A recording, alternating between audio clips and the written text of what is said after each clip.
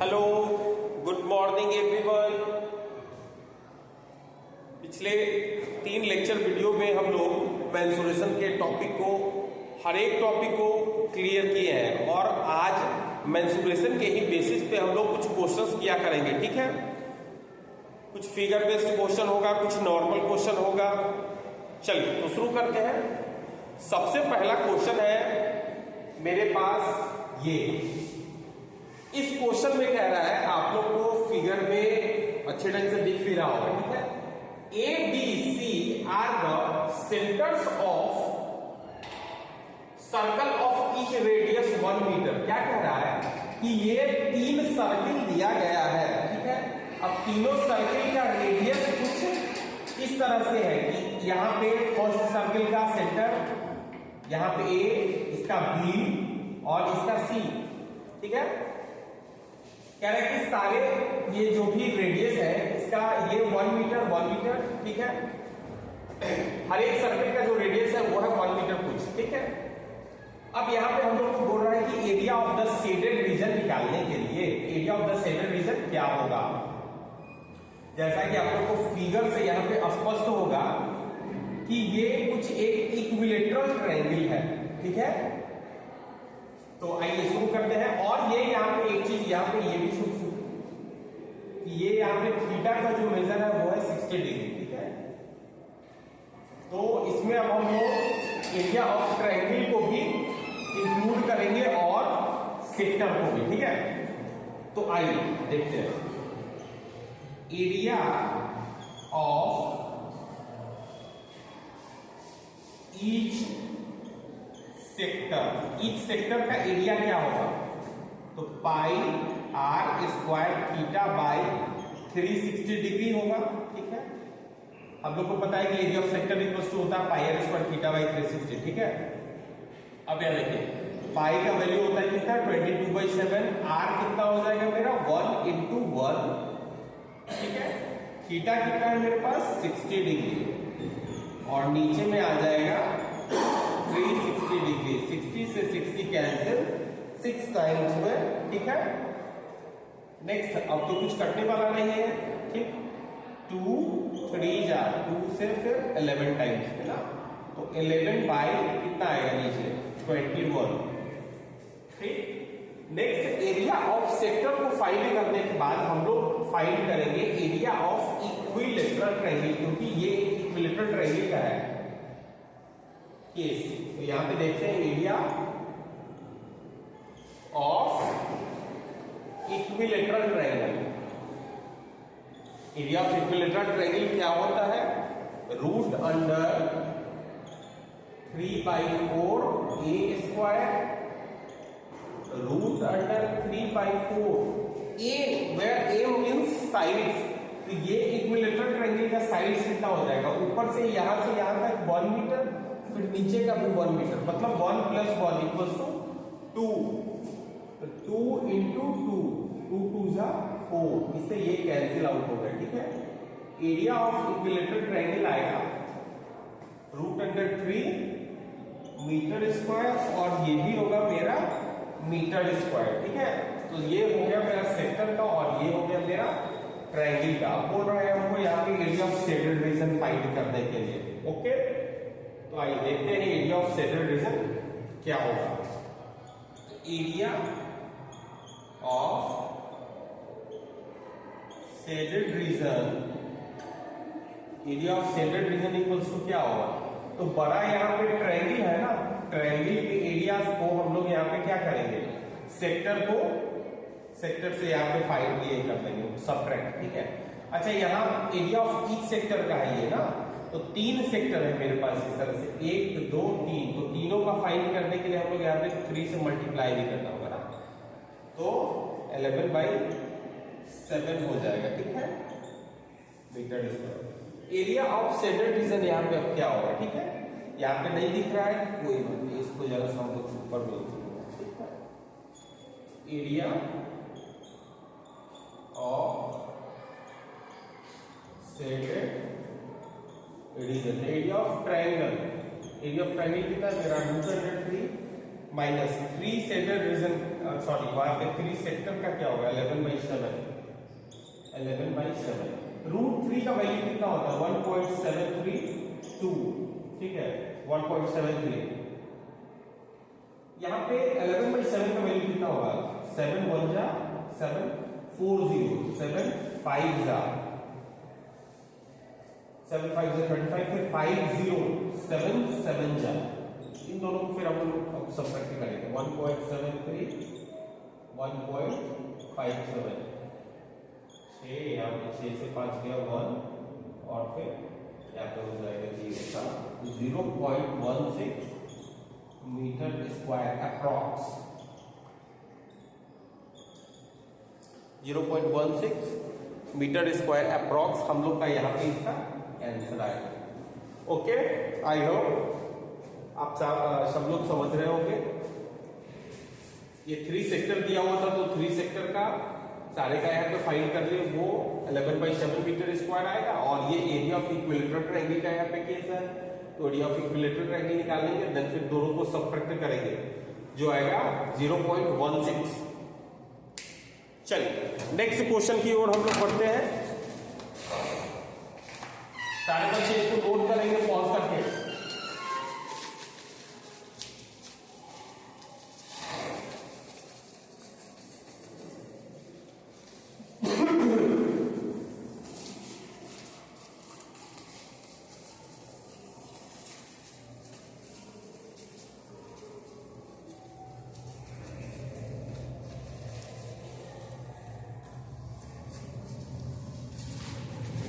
चलो तो देखते हैं दूसरा क्वेश्चन हम लोग के पास क्या है। क्वेश्चन नंबर 2 जो कह रहा है, जरा सा नोट करेंगे सारे, ठीक है। क्वेश्चन नंबर 2 कह रहा है कि if the dimension of 2 rectangles are 12 centimetre and 4 centimetre each, if the dimension of 2 rectangles, क्या है यहाँ पे 2 रेक्टेंगल है, इसको हम लोग सिर्फ फिगर यहाँ पे कर देना है, देन फिर क्वेश्चन को एक बार हम रिपीट भी कर देंगे, ठीक है। डायमेंशन ऑफ 2 रेक्टेंगल्स आर, बहुत ही अच्छा क्वेश्चन है, 12 centimetre 4 centimetre each. If the dimension of 2 rectangles are 12 centimetre and 4 centimetre, 12 centimetre और 4 सेंटीमीटर एक रेक्टेंगल का डायमेंशन हो गया, दूसरे रेक्टेंगल का जो डायमेंशन है वो है 8 centimetre and 4 centimetre are joined to form a new rectangle. इन दोनों डायमेंशंस को मिला करके एक नया रेक्टेंगल बनाया जा रहा है ना, कह रहे हैं कि find the area of the new rectangle. अब इस क्वेश्चन में छोटा सा क्वेश्चन है, लेकिन बहुत लोग इसमें क्या करेगा कि दोनों का एरिया अलग अलग फाइंड करके और फिर उसके एरिया को फाइंड आउट कर लेगा ना, लेकिन कुछ ऐसा नहीं है। यहाँ पे कह रहे हैं कि दोनों रेक्टेंगल्स को ज्वाइन किया गया ना, एक 12 और 4 वाला था, दूसरा क्या है मेरा, दूसरा है मेरा कुछ 12 8 और 4 वाला ना, तो ऑब्वियसली यहाँ पे क्या होगा 8 सेंटीमीटर मेरा लेंथ होगा और फिर 4 सेंटीमीटर मेरा ब्रेथ होगा ना। अब कह रहे हैं कि इन दोनों को ज्वाइन करके एक न्यू रेक्टेंगल्स का फॉर्मेशन कर रहा है, ठीक है। तो यहाँ पे मेरा न्यू लेंथ क्या हो जाएगा, न्यू लेंथ हो जाएगा मेरा 12 cm plus 8 cm equals to 20 cm, और ब्रेथ मेरा क्या हो जाएगा, ब्रेथ मेरा कुछ वही रह जाएगा, ठीक है। यहाँ भी 4 था, यहाँ भी 4 था ना, तो ब्रेथ मेरा हो जाएगा 4 सेंटीमीटर। तो कह रहा है कि area of the new rectangle क्या होगा, तो एरिया ऑफ न्यू रेक्टेंगल क्या होगा, एरिया इक्वल्स टू 20 इंटू 4, 24 जा 80 सेंटीमीटर स्क्वायर। ऐसे हम लोग को करना है, ये नहीं कि दोनों रेक्टेंगल्स को हम लोग दोनों का अलग अलग फाइंड करते हैं और फिर उसका वो फाइंड करेंगे, ठीक है। चलिए देखते हैं नेक्स्ट क्वेश्चन क्या है मेरा, सेक्टर के ही बेसिस पे है अगला क्वेश्चन।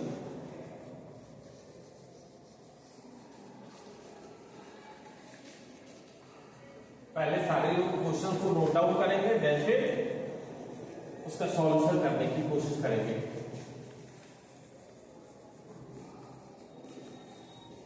चलिए देखते हैं। नेक्स्ट क्वेश्चन कह रहा है मेरा, the area of sector of a circle is 88 centimetre square. Area of sector of a circle is 88, तो given. Question number 3, area of sector of circle 88 centimetre square. Area of sector of circle is 88 centimeter square and the angle of sector is 36 degree। Angle of sector मतलब कि theta का value यहां पे मेरा कितना है 36 degree. Find the radius of the circle. Radius हम लोग को फाइंड यहां पे करना है। सॉल्यूशन देखते हैं। वी नो दैट, जैसा कि हम लोग को पता है,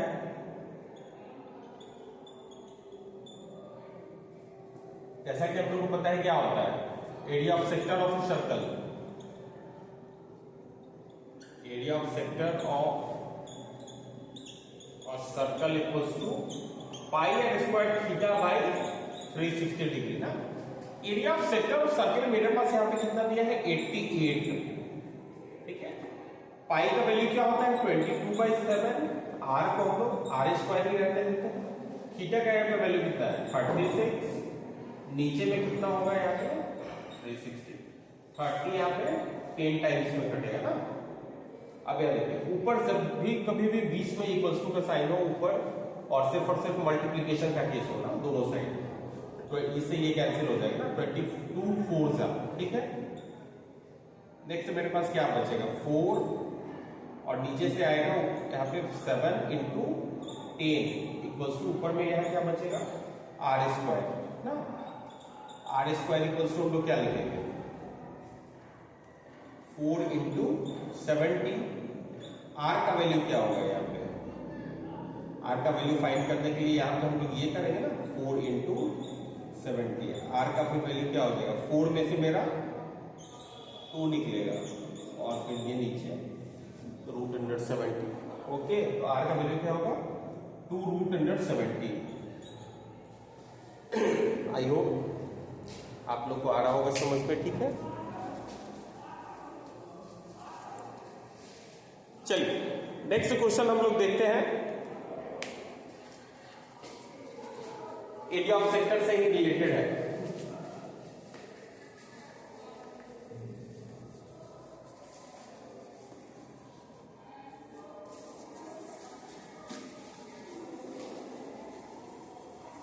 एरिया ऑफ सेक्टर से ही रिलेटेड है मेरा next question.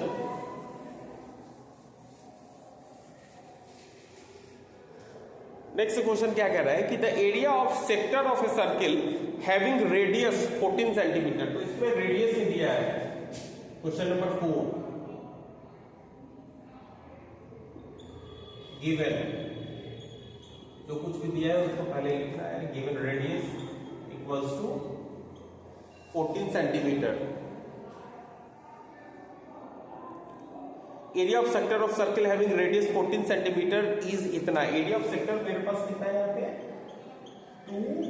231 centimetre square. Find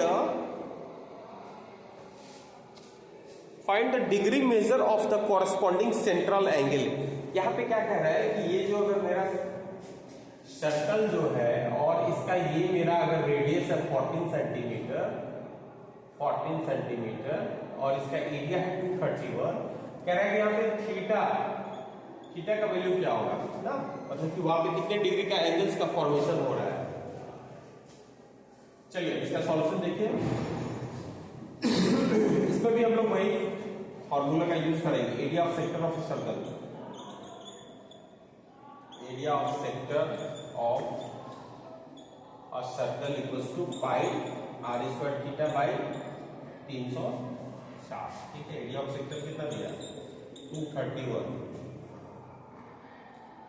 पाई का वैल्यू 22/7, आर का वैल्यू क्या होगा 14 × 40 ना, थीटा का वैल्यू हम लोग को यहाँ पे फाइंड करना है, इनटू नीचे होगा 360।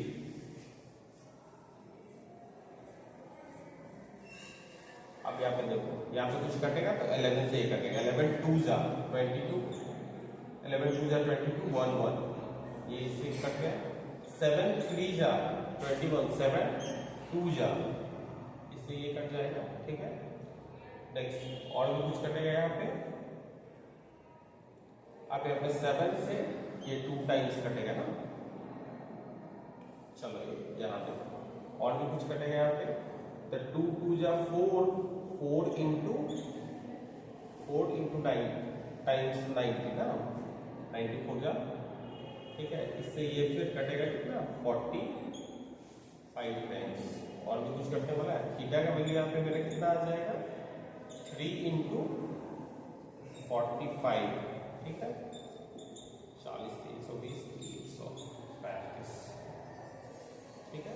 इसमें थीटा का वैल्यू क्या आएगा मेरा, 135। आई होप आप लोग को आ रहा होगा समझ में। एरिया ऑफ सेक्टर इसमें दिया था, इससे पहले वाले में रेडियस फाइंड करना था, इसमें हम लोग को थीटा का वैल्यू फाइंड करना है, ठीक है। और उससे पहले वाले में दो ट्रायंगल्स को फॉर्म करके और फिर एक नए ट्रायंगल्स का फॉर्मेशन कर रहा था। चलिए देखिए, नेक्स्ट कह रहा है एक और क्वेश्चन, इसी के बेसिस पे हम लोग लेते हैं।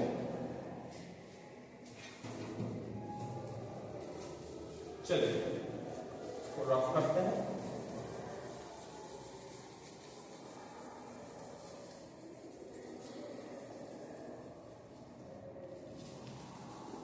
नेक्स्ट क्वेश्चन भी हम लोग का सेक्टर के ही बेसिस पे, ठीक है। देन फिर हम लोग रन करेंगे सेगमेंट से रिलेटेड क्वेश्चन। चलिए नेक्स्ट कह रहा है कि from a circular sheet of circumference, एक बड़ा सा सर्कुलर शीट दिया गया है, कुछ इस तरह का एक सर्कुलर शीट है, एक सर्कुलर शीट है। यहां पे क्या कह रहा है कि from a circular sheet of circumference, अब इसका सरकमफेरेंस कितना दिया है, 264 centimetre square, 264 centimetre square, 2 equal maximum sized circular plates are cut off. अब इससे दो मैक्सिमम, या तो ऊपर से या नीचे से ना, ऊपर से या फिर नीचे से दो मैक्सिमम साइज का सर्कुलर प्लेट से कट किया जा रहा है। तो वो कुछ इस तरह का होगा, ठीक है, वो कुछ इस तरह का होगा ना, दो सर्कुलर मैक्सिमम प्लेट का शीट्स यहां पे कट किया जा रहा है, ठीक। What will be the circumference of each plate. अब यहां पे कह रहा है कि सरकमफेरेंस ऑफ ईच प्लेट क्या होगा, तो आइए देखते हैं। From circular sheet of circumference 264 centimetre ना, बड़े वाले सर्किल का सरकमफेरेंस, यहाँ पे बड़ा वाला जो सर्किल का है उसका सरकमफेरेंस क्या है, उसको हम लोग कैपिटल सी से यहाँ पे डिनोट कर देते हैं। वो क्या है, 264 सेंटीमीटर, 264 सेंटीमीटर। अब यहां देखिए, तो कैपिटल सी जब यहां पे कह रहा है 264, तो इससे अभी हम लोग क्या करते हैं, रेडियस फाइंड करते हैं ना। सी इक्वल्स टू क्या होता है, 2 पाई। अच्छा, ये ग्रेटर सर्किल जो है इसके लिए रेडियस हम लोग ग्रेटर ही यूज कर रहे हैं, ठीक, equals to 264, 2 into 22/7 into capital R equals to 264। अब यहाँ पे इससे ये कैंसिल आउट होगा, 12 22 1 जा 4 4, ठीक है। नेक्स्ट ये 2 6 जा, ठीक है। आर का वैल्यू यहाँ पे क्या होगा मेरा, 7 6 जा 42। आर का वैल्यू जब यहाँ पे 42 आ रहा है, तो फिर मेरा डी का वैल्यू कितना होगा, 42 इंटू 2 मतलब कि 84। डी का वैल्यू आएगा ये रहा 84। अच्छा, ये डायमीटर जो होगा वो कुछ इस तरह से होगा। सपोज अगर मेरा सेंटर यहाँ पे है तो डायमीटर जो गुजरेगा वो कुछ इस तरह से गुजरेगा ना, ठीक है। डायमीटर ये होगा मेरा। तो इस होल सर्किल का दोनों सर्किल के जब डायमीटर को जब ज्वाइन करेंगे तो उसका वैल्यू आ जाएगा 84 और ये इसका रेडियस क्या आ जाएगा, इसका सपोज R1 कर लेते हैं हम लोग रेडियस और इसका R2। तो जब ये इसका रेडियस इस बड़ा वाला सर्किल का जो रेडियस होगा इस छोटे के डायमीटर के बराबर होगा ना। तो ये जब इसका डायमीटर 42 है तो R1 का वैल्यू क्या होगा, R1 का वैल्यू होगा 42/2 मतलब 21। अब इसका कह रहा है कि हम लोग को यहाँ पे सेंटर फाइंड सर्कमफेरेंस फाइंड करने के लिए ना, तो circumference of smaller circle equals to क्या होगा 2 पाई है ना, 2 pi small r 2 into 22/7 r is 21 7 3 जा 2 3 जा 6 into 22 132 सेंटीमीटर आएगा, ठीक है। स्मॉलर सर्कल का जो मेरा सर्कमफेरेंस आएगा वो 132 आएगा। तो आई होप आप लोग ये सारे क्वेश्चंस जो भी कुछ करवाए गए, कुछ फिगर बेस्ड क्वेश्चन और फिर कुछ सेक्टर से रिलेटेड क्वेश्चंस, इस सबको अच्छे ढंग से समझो, ठीक है। तो मिलते हैं कल, हम लोग देखेंगे कोई दूसरा टॉपिक। जो कुछ भी आप लोग को पढ़ना होगा उसके लिए नहीं होगा तो आप लोग कमेंट कर देंगे, वैसे नहीं होगा तो फिर हम कल कोऑर्डिनेट ज्योमेट्री स्टार्ट करेंगे। ओके, तब तक के लिए बाय, थैंक यू, बहुत बहुत धन्यवाद।